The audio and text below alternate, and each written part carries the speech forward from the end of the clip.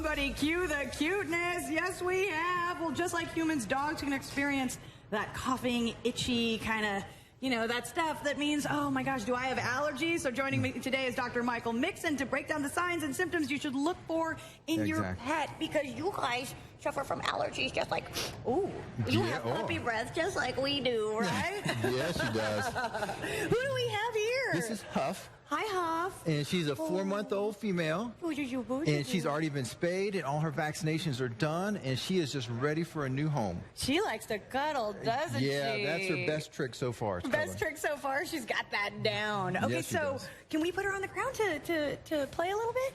Yeah. Look I know there's so much going on, Huff. So she's looking for a good home, right? She's looking for a great home, exactly. Oh, so what is she? You said you were calling her the what? The San She's Antonio? a San Antonio special. She's kind of like a terrier mix, a little bit of everything in there. And she should be 30, 40 pounds-ish when she's full grown. And but yeah, she's very affectionate. She was sick initially when she was younger, and so she had to spend some time by herself. Okay. And so she wouldn't spread anything, but now she's perfectly healthy. Okay. But she also loves the personal touch. Look at her, yeah. She'd much rather be in your arms than on the floor, it seems. Look at that. She's like, pick me up, Pops. Yeah. Yes. Okay, so let's talk about the obvious signs of allergies with your pet. I mean, well, they can be similar to the people, like runny eyes, itchy eyes, runny nose, things like that. But we see a lot of skin problems too. Right. Lots and lots. So the dogs are just chewing and scratching and tearing themselves up. They're keeping everybody like the corn on the cob thing? The corn on the cob thing, exactly. And they're nonstop? Yeah, shaking their ears, shaking their head.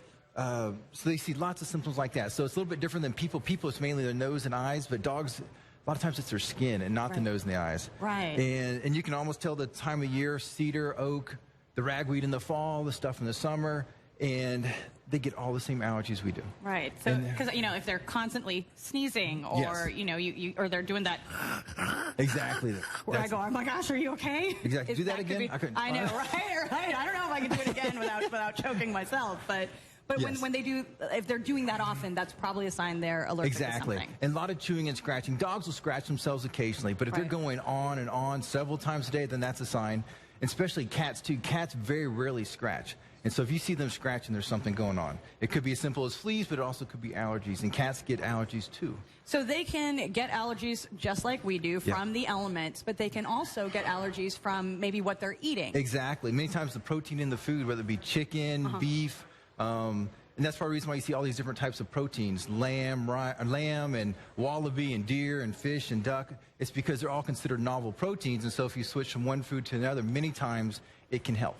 So coming, of course, to Texas Veterinary Hospital, y'all can help diagnose what type of allergy it is, whether it's food, whether it's elements. Exactly. So then how do you help them not suffer from allergies? Well, there's some basics that we can do with nutrition and supplements, but treatment-wise, it's about getting ahead of it and staying on top, because we very rarely cure allergies. Some dogs can outgrow them, but it's about managing and keeping everything at bay so that they're comfortable, you can sleep at night, and the house doesn't smell like a stinky dog because they have, they got all the infection that goes along with it.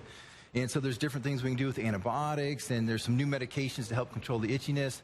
And so there's quite a bit that we can do. And, when we look at quality of life, sometimes just some basic stuff we can do that helps out tremendously. Right. And so we can do a lot with that. All right. Yeah. Okay, well, Huff here's looking for a good home. Where can folks find her? At Animal Defense League, call Brad over there. He'll take care of you. And but yeah, she is awesome. She is ready for a new home, and obviously she loves being held and be a great lap puppy. All right. For more information on Texas Veterinary Hospital, just call 349-2121. That's 349-2121, or head to TexasVeterinaryHospitals.com. Exactly. It's family.